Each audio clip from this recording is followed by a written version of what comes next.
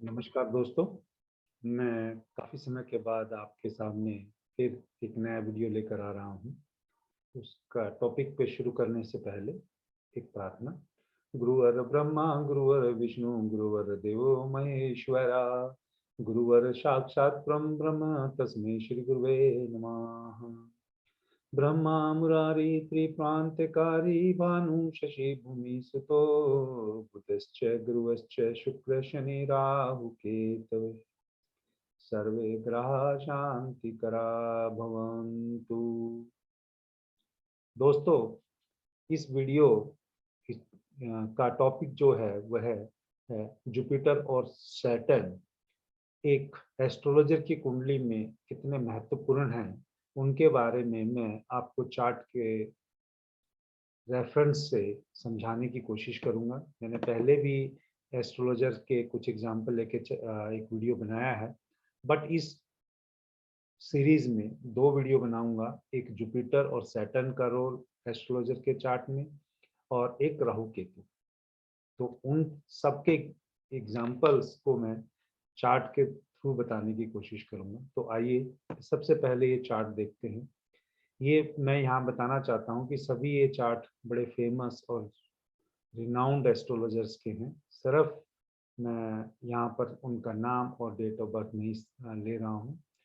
Data सारा मैंने एस्ट्रोसेस की वेबसाइट से लिया है, तो आप भी देख सकते हैं। लेकिन मेरा यहाँ मकसद कुछ और है, तो उसी मकसद को पूरा करने के लिए मैं आपके सामने गुरु और शनि का रोल एस्ट्रोलॉजर के चार्ट में क्या होता है वह दिखाता हूँ। पहले एग्जाम्पल में देखिए, शनि जो है यहाँ पर गुरु की राशि में बैठा। इस एक चार्ट में शनि यहाँ पर गुरु की राशि में बैठा हुआ है, क्योंकि शनि से हम कर्म कारक भी देखते हैं, या अपना जो इस जीवन में कर्म करते हैं किस हिसाब से कर्म करेंगे। अगर उससे हम 10th हाउस को देख लें सैटर्न की पोजीशन से, 1 2 3 4 5 6 7 8 9 10, यहाँ पर 6 नंबर राशि है। 6 नंबर राशि जो है वो सर्विस की, सेवा की राशि है। तो अगर किसी भी चार्ट में अगर आपने उस व्यक्ति का कर्म देखना है, या उस व्यक्ति ने क्या क्या अपनी सर्विसेज दी होंगी, या जॉब किया होगा, या क्या क्या जीवन में कर्म किया होगा, तो वहाँ से शनि से 10th भाव को जरूर देखें। जहाँ पे भी चार्ट में शनि बैठा हुआ है वहाँ से 10th गिन लें, 1 2 3 4 5 6 7 8 9 10। तो एक तो राशि का योग होगा, उसमें बैठे हुए जो प्लैनेट्स होंगे उन सब से संबंधित उस व्यक्ति ने काम किया होगा। तो ये एक बहुत ही रिनाउंड पर्सन रहे। 6 नंबर की राशि में आया तो इसका मतलब 6 नंबर राशि सर्विस की भी है, तो इसका मतलब इन्होंने सर्विस भी की होगी। और ये बाद में एस्ट्रोलॉजी में भी बहुत फेमस हुए। तो सर्विस के लिए जो इनका सूर्य यहाँ देख सकते हैं 10th भाव में आ रहा है, मरकरी यहाँ आ रहा है, तो ये गवर्नमेंट जॉब में कुछ अकाउंट्स या कॉमर्स से रिलेटेड काम किया होगा। और केतु भी यहाँ आ रहा है, तो उन्होंने एस्ट्रोलॉजी में भी काम किया होगा। तो इस तरह से आप देख सकते हो। तो ये एक चार्ट में, पहले चार्ट में मैंने सिर्फ सैटर्न के बारे में आपको बताया। दूसरी बात इसमें आते हैं, जो मैंने यहाँ जुपिटर लिखा हुआ है। जुपिटर भी बहुत प्रोमिनेंट रोल प्ले करता है।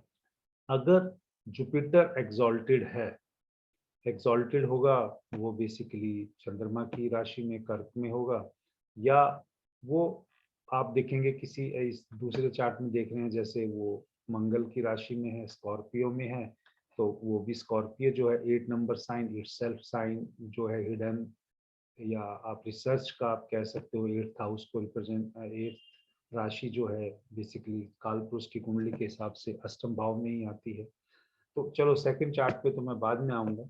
तो लेकिन यहाँ पर आप देखेंगे कि अगर एग्जॉल्टेड, अगर जुपिटर है, तो उस व्यक्ति को आप कह सकते हैं कुछ ना कुछ नॉलेज किसी ना किसी रूप में कहीं ना कहीं से डायरेक्टली विदाउट एफर्ट्स करके मिल जाएगी। एस्ट्रोलॉजी की, या आप कैसे धार्मिक नॉलेज है, उस व्यक्ति को बगैर एफर्ट्स करे उस तक मिलेगी। तो जहाँ तक मुझे मालूम है कि इस जातक को जो बिगिनिंग वाली जो एस्ट्रोलॉजी की है, इन्होंने खुद बताया है कि यहाँ पे 4 नंबर साइन है, जो मदर को कर्क राशि जो है मदर को भी रिप्रेजेंट करती है, और ये अपना पहला गुरु या एस्ट्रोलॉजी में इंटरेस्ट जनरेट करने के लिए या अपना सबसे अपनी लाइफ में आए हुए एस्ट्रोलॉजर्स में अपनी माँ को बहुत अहमियत देते रहे।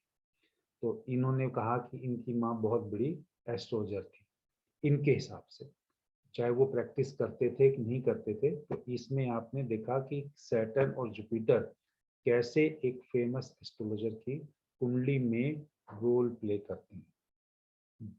इसके बाद मैं दूसरी टर्न में, दूसरी एपिसोड में आपको राहु और केतु के बारे में भी बताऊंगा, लेकिन यहाँ पर सिर्फ इस, क्योंकि वीडियो बहुत लंबा हो जाएगा, मुझे 6 एग्जाम्पल लेने हैं, तो सैटर्न और जुपिटर बताया।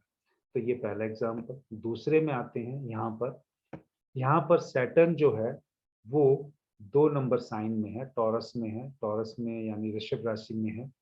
और जिस तरह से हम गुरुदेव की राशि 9 और 12 लेते हैं, यानी सेजिटेरियस और पाइसिस, या उसको आप कह सकते हैं धनु और मीन, उसी तरीके से अगर सैटर्न ऋषभ और शुक्र की राशि में हो, क्योंकि ये दोनों राशि वीनस की हैं, और वीनस भी जो है अमृत संजीवनी का मंत्र उन्हें मिला था शिव जी के द्वारा जब उन्होंने तपस्या की थी।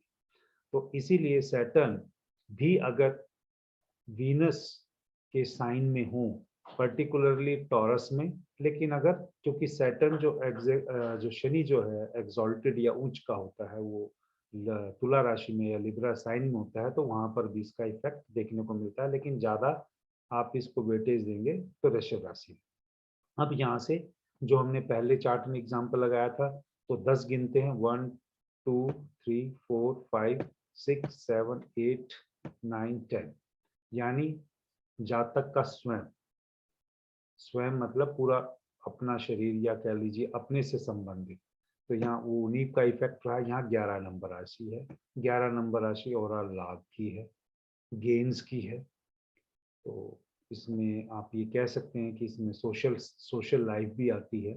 तो इस जातक में एस्ट्रोलॉजी में अपने आप, क्योंकि यहाँ देखेंगे सैटर्न 2 नंबर है, 2 नंबर कालपुरुष की कुंडली में फैमिली हाउस है, तो ये जातक बहुत ही फेमस फैमिली से, जो एस्ट्रोलॉजर्स की फैमिली है, उससे बिलोंग करते थे। और क्योंकि यहाँ 2 नंबर की सैटर्न की राशि है और सैटर्न यहाँ 2 नंबर में है, तो आप ये कह सकते हैं कि ये आगे भी इनके परिवार में और भी एस्ट्रोलॉजर, जैसे इनके बच्चे हो सकते हैं या बच्चों के बच्चे हो सकते हैं, वो भी बड़े रिनाउंड एस्ट्रोलॉजर रहेंगे। और यहाँ जुपिटर जो है, जुपिटर यहाँ स्कॉर्पियो में है, स्कॉर्पियो यानी 8th साइन। एस्ट्रोलॉजर का एक तरह से आप कह सकते हैं, एस्ट्रोलॉजी को मेथ हाउस से देखते हैं, हिडन सीक्रेट्स को या आप ट्रेजर्स को या रिसर्च को, क्योंकि एस्ट्रोलॉजी में भी कंटिन्यूसली आपको रिसर्च करनी पड़ती है। गुरु यहाँ उस साइन में है। दूसरा जो मैं यहाँ पे आपको कहना चाहूँगा वो ये है कि जब सैटर्न और जुपिटर एक दूसरे को देख लें, तो भी जातक बहुत ही फेमस एस्ट्रोलॉजर्स की फैमिली से बिलोंग करता है। किसी भी चार्ट में आप वो देख सकते हैं, जो भी आपको डाटा कहीं से भी मिले, एस्ट्रो बैंक से मिले, एस्ट्रोसेस से मिले, या किसी और वेबसाइट से मिले, क्योंकि हम लोग सब रिसर्च करने के लिए डाटा कहीं ना कहीं से अपने रिसोर्सेज से या वेबसाइट से उसको लेते हैं। अभी 2 चार्ट हो गए जो मैंने आपको बताया। अब हम चलते हैं थर्ड चार्ट के ऊपर। यहाँ पे अगेन आप देखेंगे जो शनि है वह रेट्रो है, बट वो धनु राशि में है। और अगर रेट्रो भी होगा तो शनि वापस जाके किस में जाएगा, 8th साइन में। वो जो अगेन हम एस्ट्रोलॉजी के लिए 8th हाउस को बहुत इंपॉर्टेंट मानते हैं। और यहाँ से अगर हम फिर देखेंगे दोबारा, तो अगर ये 10th यहाँ से काउंट करेंगे, तो यहाँ से 7 हो गया, 8 9 10, यानी वो खुद अपने उसके लिए, जातक अपने उसके लिए मतलब लगन के लिए, बॉडी के लिए, क्योंकि फर्स्ट हाउस नेटिव का अपना होता है। तो अगर इससे कहेंगे तो मेन इंपॉर्टेंस जो ये है, ये भी एक फेमस एस्ट्रोलॉजर की कॉमर्शियली जो बहुत ही फेमस हुए, जिन्होंने लार्ज स्केल पे कॉमर्शियल एंगल से एस्ट्रोलॉजी को बढ़ाया, उनकी ये कुंडली है। इसमें राहु केतु का भी बड़ा रोल है, वो मैं बाद में बताऊंगा। लेकिन यहाँ पर अगर आप देख सकते हैं कर्म से, अगर हम देखें तो यहाँ 10th हाउस आता है। 10th को देखें तो इस चीज में यहाँ देखने के बाद आपको पता चल जाएगा कि जातक में बहुत अपने लिए, और मतलब 6th साइन भी है, यानी हाँ, इसने आगे सेवा भाव से भी अभी जो कह सकते हैं, इसने बहुत चीज़ को आगे एस्ट्रोलॉजी को बढ़ाया। और यहाँ से अगर आप देखेंगे 10th, जो जुपिटर जो है अगेन 11th साइन में बैठा हुआ है, वो भी 4th साइन में बैठा। तो यहाँ से जो इनका एक्सपेक्ट तो नहीं है, लेकिन अगर आप यहाँ पे अगर देखेंगे सैटर्न अगर पीछे जाएगा, क्योंकि यहाँ रेट्रो है तो 8 में जाएगा, तो 1 2 3 4 5 जुपिटर जो है 5th एक्सपेक्ट से सैटर्न को देख रहा है। तो यानी दोनों की म्यूचुअल एक्सपेक्ट नहीं है, लेकिन गुरु अगर सैटर्न को देख ले तो भी एस्ट्रोलॉजी में बंदा अपना नाम करता है। अब हम आते हैं 4th चार्ट में। 4th चार्ट में फिर हम देख रहे हैं यहाँ पे सैटर्न जो है वो है यहाँ पर मरकरी के साइन में है। अगर आप वैदिक एस्ट्रोलॉजी से देखें तो सैटर्न और मरकरी का कॉम्बिनेशन जब हो जाता है तो जातक एक अच्छा एस्ट्रोलॉजर के कॉम्बिनेशन के साथ मतलब आप कह सकते हैं कि पैदा होता है। लेकिन इसमें आप दूसरी चीज ये देखिए कि यहाँ पर जैसे हम कह रहे हैं मृत संजीवनी सिर्फ शुक्राचार्य जी के पास थी, और शुक्राचार्य का अगर हम देखें शुक्र का, वह गुरु की राशि में है, और यहाँ से जब सैटर्न है उसको 10th एस्पेक्ट से देखता है। यहाँ पे गुरु का हम नहीं ले रहा हूँ अभी, गुरु तो यहाँ सैटर्न 3rd एस्पेक्ट से यहाँ गुरु को भी देखेगा, लेकिन यहाँ पर जो गुरु है जो वह अगर इसको यहाँ से देखेंगे तो ये पीछे जाएगा, ये इसमें 2nd हाउस में जाएगा, और फिर 9th एस्पेक्ट उसकी यहाँ पर अपने ही राशि पे चाहे शुक्र पे भी पड़ेगी। और शुक्र जब बाद में है तो वो रेट्रो होके अगर देखेगा तो रेट्रो होके आएगा तो वो भी एक हाउस पीछे आएगा, तो वो भी इसका जुपिटर से रिलेशन बनता है। तो इस तरह से ये भी एक फेमस एस्ट्रोलॉजर हैं, और बहुत ही आज के टाइम पे मतलब अपना आगे एस्ट्रोलॉजी में जिस तरह से चाहे बुक्स लिखनी है, चाहे अपने लेक्चर्स देने हैं, अपनी नॉलेज को वो शेयर करते हैं। और यहाँ पर आप ये भी देखेंगे कि कहीं ना कहीं शुक्र और यहाँ गुरु का, कि अगर रेट्रो के हिसाब से हम लेते हैं कहीं ना कहीं रिलेशन बनता है, तो इनको हेल्थ इश्यूज भी रहे हैं और रहते होंगे बेसिकली। तो लेकिन एक एस्ट्रोलॉजर के जो कॉम्बिनेशन बताए ये थोड़ा सा डायरेक्ट इतना हो सकता है कि कंसल्टेंसी ना करते हो, क्योंकि कॉमर्शियल एंगल दूसरी टाइप से दिखता है इसमें, लेकिन एक फेमस एस्ट्रोलॉजर के जो कॉम्बिनेशन है वो भी इस चार्ट के थ्रू देखे जा सकते हैं। अब आते हैं 5th चार्ट के ऊपर। यहाँ ये इस कॉम्बिनेशन में ऑलरेडी आपको बता चुका हूँ फर्स्ट वाली पीपीटी में, सेकंड एग्जांपल में सैटर्न यहाँ पर एक तो शुक्राचार्य मतलब वीनस के साथ ही हैं, और दूसरा वो टॉरस साइन में। तो इसका मतलब ये जातक का भी एस्ट्रोलॉजी में एक अच्छा खासा नाम है। और यहाँ पर आप देखेंगे कि ये जो सैटर्न और वीनस का जो कॉम्बिनेशन है ये 12th हाउस में है। तो ये one of the famous astrologer हैं जिन्होंने ऑनलाइन मोड पे विदेशों में, क्योंकि 12th हाउस विदेश को भी रिप्रेजेंट करता है, फॉरेनर्स को रिप्रेजेंट करता है, तो ये मेरे ख्याल से one of the famous group के मतलब आप कह सकते हैं, आप प्रोप्राइटर कह सकते हैं या ओनर कह सकते हैं, या एस्ट्रोलॉजी को देश विदेश में अपना कॉमर्शियल एंगल के साथ भी इन्होंने आगे बढ़ाने का इस चार्ट में भरपूर दिखता है। दूसरा आप यहाँ से देखेंगे जुपिटर का 1 2 3 4 5 5th एस्पेक्ट, जुपिटर खुद 8th हाउस में है। 8th हाउस में अगर जुपिटर है और वहाँ से 5th एस्पेक्ट से सैटर्न को देख रहा है, और सैटर्न वापस नहीं देख पा रहा है क्योंकि सैटर्न का अगर 7th यहाँ होगा, 6th हाउस में होगा, 8th 9th और 10th यहाँ पे आता है, और 3rd जो होगी इसकी 2nd हाउस में होगी। लेकिन क्योंकि सैटर्न यहाँ पर गुरु की एग्जॉल्टेड राशि को देख रहा है और गुरु भी फिर 7th एस्पेक्ट से उसको वापस देख रहा है, तो कहीं ना कहीं इसमें भी रिलेशन बनता है, बट ये इनडायरेक्ट रिलेशन की बात हो जाएगी। लेकिन यहाँ पर जैसे मैंने कहा कि भाई अगर ये दोनों एक दूसरे को देखते तो फेमस फैमिली होती, लेकिन अगर ये एक दूसरे को नहीं देख रहे, सिर्फ जुपिटर सैटर्न को देख रहा है, तो ये जातक अवश्य पहले कोई और काम करता होगा, इन्होंने कोई और प्रोफेशन चूज किया होगा, फिर ये एस्ट्रोलॉजी में आएंगे। क्योंकि जुपिटर जब सैटर्न को देख लेता है तो जातक अपना प्रोफेशन चेंज अवश्य करता है, जिस भी प्रोफेशन में पहले होगा उसके अलावा दूसरे प्रोफेशन में वो आएगा ही आएगा। चाहे वो पहले बिजनेस करता था, फिर जॉब में जाएगा। एक नॉर्मल अगर एस्ट्रोलॉजर की कुंडली नहीं है, अगर हम देखते हैं, तो मैं उस तरीके से बता रहा हूँ कि अगर एस्ट्रोलॉजर की कुंडली नहीं है और जुपिटर सैटर्न को देख ले, तो जातक हो सकता है कि मान लीजिए पहले उसकी अपनी कपड़े की दुकान थी, मर्चेंट, कुछ अपनी शॉप थी, क्लॉथ हाउस था, और उसके बाद उसकी कुछ ऐसी सिचुएशन बदलेगी कि वो उसको वाइंड अप करेगा। हो सकता है कि बाद में कोई जॉब ज्वाइन कर।